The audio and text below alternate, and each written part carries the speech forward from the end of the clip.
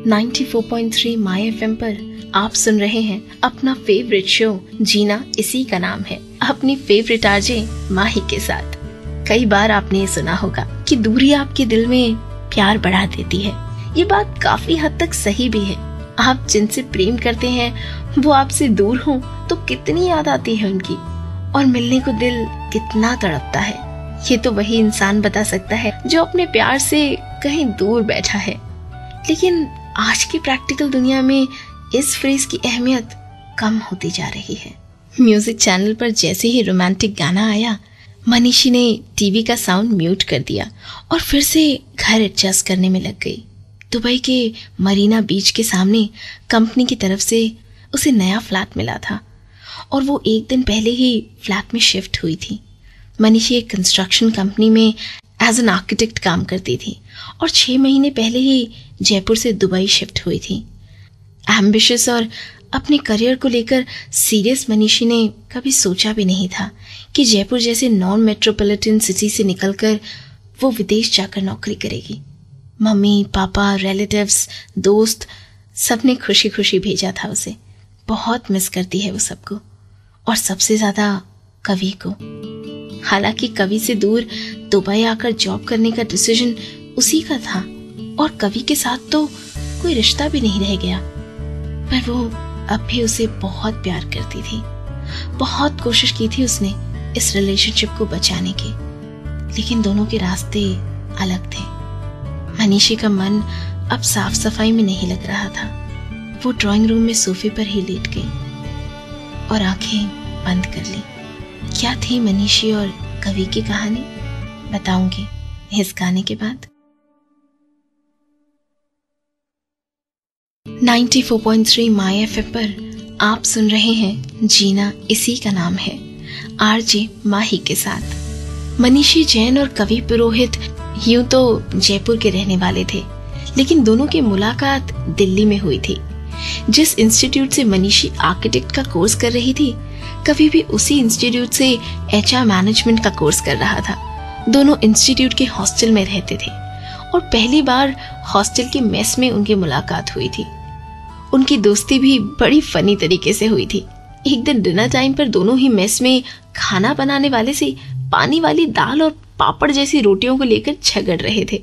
कुछ ही देर में झगड़ा इतना बढ़ गया कि हॉस्टल के बाकी सभी स्टूडेंट्स भी हल्ले गुल्ले में शामिल हो गए और मनीषी और कवि का साथ देने लगे। सभी को मेस में सर्व हो रहे खाने की क्वालिटी को लेकर बहुत शिकायतें थी। स्टूडेंट से मेस की जो फीस ली जाती थी उसके मुकाबले खाने की क्वालिटी बहुत खराब थी और स्टूडेंट्स में इस बात को लेकर बड़ा गुस्सा था। कई बार केटरर्स के अगेंस्ट शिकायत भी की गई, पर कॉलेज एडमिनिस्ट्रेशन कोई एक्शन नहीं ले रहा था। पर उस दिन मनीषी और कवि के आवाज उठाने के बाद बात ज्यादा बढ़ गई और हॉस्टल की वार्डन और कॉलेज एडमिनिस्ट्रेशन ने केटरर्स चेंज कर दिए। ऐसे हुई थी मनीषी और कवि की दोस्ती की शुरुआत। और कैसे ये दोस्ती प्यार में बदली, बताती हूँ थोड़ी देर में। 94.3 माय एफएम पर आप सुन रहे हैं जीना इसी का नाम है, आरजे माही के साथ। अब क्योंकि मनीषी और कवि एक ही इंस्टीट्यूट में पढ़ते थे तो जाहिर है दिन भर में कई बार एक दूसरे से टकरा जाते थे, कभी कैंपस में तो कभी मेस में। शुरू में तो बात सिर्फ स्माइल्स और हाय हेलो तक ही थी, पर दोनों के हॉस्टल एक ही कैंपस में होने की वजह से आफ्टर क्लास भी बहुत टाइम मिलने लगा। जब बातचीत का सिलसिला शुरू हुआ और पता चला कि दोनों जयपुर के हैं, तो एक ही शहर के होने की वजह से क्लोजनेस बढ़ना नेचुरल था। फिर कुछ कॉमन जानकारी भी निकल आई। धीरे धीरे मुलाकातें बढ़ने लगी। मनीषी और कवि अपनी अपनी क्लासेस खत्म होने के बाद एक दूसरे के साथ दिखने लगे, एक साथ लंच और डिनर करने लगे, शाम को भी एक साथ टाइम स्पेंड करने लगे, वीकेंड आउटिंग पर एक साथ घूमने जाने लगे। कुछ ही महीनों के अंदर दोनों एक दूसरे के काफी करीब आ गए। एक दूसरे का नेचर, लाइक्स और डिसलाइक्स जान गए थे। लाइफ के सभी प्लान्स, खुशी, दुख, चिंताएं, करियर को लेकर अपने एम्बिशंस और एप्रीहेंशंस सब एक दूसरे के साथ शेयर करने लगे। अपने अलावा एक दूसरे की फैमिलीज के बारे में भी सब कुछ जान गए। पर क्या दोनों एक दूसरे से वाकई में प्यार करते थे और जिंदगी भर साथ निभाने के लिए तैयार थे? पता चलेगा थोड़ी देर में। 94.3 माई एफएम पर आप सुन रहे हैं जीना इसी का नाम है, आरजे माही के साथ। कैंपस में सभी स्टूडेंट्स और टीचर्स को पता था कि मनीषी और कवि एक दूसरे से प्यार करते थे। शायद वे दोनों भी ये जानते थे, लेकिन ना कभी कवि ने उससे प्यार का इजहार किया, ना कभी मनीषी ने उससे पूछा या इस बात का जिक्र किया। मनीषी एक बहुत ही एम्बिशियस लड़की थी और अपने करियर को लेकर बहुत सीरियस थी। उसने अपनी लाइफ में बहुत ऊंचे गोल सेट किए थे और उनको लेकर वो किसी तरह का कॉम्प्रोमाइज नहीं करना चाहती थी। मनीषी और कवि दोनों की दोस्ती को लगभग 2 साल हो गए थे और उनके कोर्सेज को भी। दोनों के कोर्सेज खत्म होने वाले थे और कैंपस प्लेसमेंट के थ्रू उनकी जॉब भी लग चुकी थी। दोनों को बस फाइनल सेमेस्टर खत्म होने का इंतजार था कि कब एग्जाम्स खत्म हो और कब वे जॉब शुरू करें। पर दोनों के जॉब करने की तो बहुत ही अलग वजह थी। कवि जहां अपने परिवार को सपोर्ट करना चाहता था और साथ ही ये भी सोच रहा था कि जॉब लगते ही वो मनीषी को शादी के लिए प्रपोज कर देगा, वहीं मनीषी इंडिया की टॉप की आर्किटेक्ट बनना चाहती थी। साथ ही उसका सपना था कि कुछ टाइम जॉब करने के बाद थोड़े रुपए सेव करे और फिर विदेश जाकर वर्ल्ड के टॉप इंस्टीट्यूट से आर्किटेक्ट में एडवांस्ड कोर्स करे। पर क्या होगा जब मनीषी और कवि के सपने टकराएंगे, पता चलेगा थोड़ी देर में। 94.3 माई एफएम पर आप सुन रहे हैं जीना इसी का नाम है, आरजे माही के साथ। कवि ने जब मनीषी को शादी के लिए प्रपोज किया तो मनीषी ने बिना सेकंड थॉट के हाँ कर दी। दोनों की फैमिलीज ने भी बिना किसी एतराज के हाँ कर दी। दोनों ने डिसाइड किया कि क्योंकि उन्होंने अभी अभी अपना करियर स्टार्ट किया है, इसलिए उन्हें 1 साल सिर्फ अपने करियर पर कंसंट्रेट करना चाहिए और उसके बाद शादी करनी चाहिए। हालांकि दोनों ही अच्छी जगह जॉब कर रहे थे, लेकिन अपने करियर की शुरुआत में थे और उन्हें सेट होने में थोड़ा टाइम तो लगने ही वाला था। दोनों बहुत खुश थे कि एक दूसरे को अच्छे से जान परख चुके थे। दोनों को एक दूसरे के एस्पिरेशंस और एम्बिशंस के बारे में पता था। दोनों को अपनी अपनी लाइफ से अलग एक्सपेक्टेशंस थी, लेकिन दोनों ने ही एक साथ रहने की खुशी में एक दूसरे से अपने एम्बिशंस डिस्कस नहीं किए।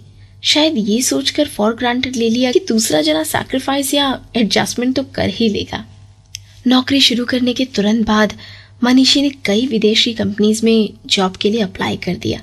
कुछ महीनों बाद जब मनीषी को दुबई की एक कंपनी से इंटरव्यू का कॉल आया तो उसकी खुशी का ठिकाना नहीं रहा। इंटरव्यू सक्सेसफुल रहा और मनीषी को दुबई की एक बड़ी कंस्ट्रक्शन कंपनी में एज एन आर्किटेक्ट अपॉइंट कर लिया। बहुत जल्द उसे दुबई जाकर कंपनी ज्वाइन करनी थी। बड़े चहकते हुए जब उसने कवि को अपनी अचीवमेंट्स के बारे में बताया तो कवि ने पहले उसे कंग्रेचुलेट किया। फिर उसने हंसते हुए मनीषी से पूछा, अगर तुम दुबई चली जाओगी तो हमारी जिंदगी की प्लानिंग कब होगी? अरे तो तुम भी मेरे साथ दुबई चलना। मनीषी ने भी उसी अंदाज में जवाब दिया। उसका जवाब सुनकर कवि चुप हो गया और कुछ सोचने लगा। क्या कवि मनीषी को दुबई जाने से मना करेगा? जानेंगे इस गाने के बाद।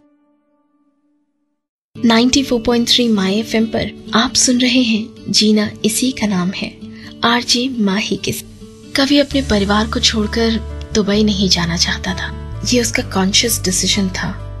उसकी बात सुनकर मनीषी गहरे सोच में पड़ गई। एक तरफ कवि का साथ था और दूसरी तरफ उसका वर्ल्ड क्लास आर्किटेक्ट बनने का सपना। वो कवि से अपनी माँ और बहन को छोड़ने के लिए भी नहीं कह सकती थी, नहीं तो सेल्फिश कहलाती।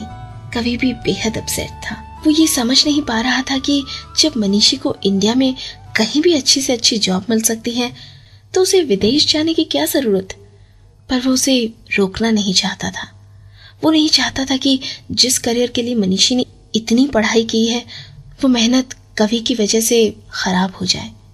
मनीषी भी कवि को खोना नहीं चाहती थी, इसलिए दुबई जाने के बाद भी वो कवि को हर दूसरे दिन फोन करती और उसके टच में रहती। उसने खूब मिन्नतें की, कवि को बहुत समझाने की कोशिश की कि दुबई में उसके लिए बहुत अच्छी करियर अपॉर्चुनिटीज हैं और उसे कम से कम एक बार तो ट्राई करना ही चाहिए। अगर उसे ठीक नहीं लगा तो वापस इंडिया जाने का ऑप्शन तो उनके पास है ही। पर कवि ने हर बार 2 टूक शब्दों में मना कर दिया। मनीषी को बहुत दुख होता, लेकिन वो उसे फोर्स भी कैसे करती। न कवि अपनी सोच में गलत था, न मनीषी का करियर ओरिएंटेड होना गलत था। बस दोनों के रास्ते अलग थे और दोनों ने ये बात एक्सेप्ट कर लेने में ही समझदारी समझी। इसलिए दोनों ने डिसाइड कर लिया कि वो अच्छे दोस्त बनकर रहेंगे और हमेशा एक दूसरे का सुख दुख में साथ देंगे। मनीषी ने अपनी आंखें खोली। शाम का अंधेरा गहराता जा रहा था। टीवी अभी भी म्यूट पर चल रहा था। उसे कहीं पढ़ी हुई एक शायरी याद आ गई। वो अफसाना जिसे अंजाम तक लाना न हो मुमकिन, उसे एक खूबसूरत मोड़ देकर छोड़ना अच्छा।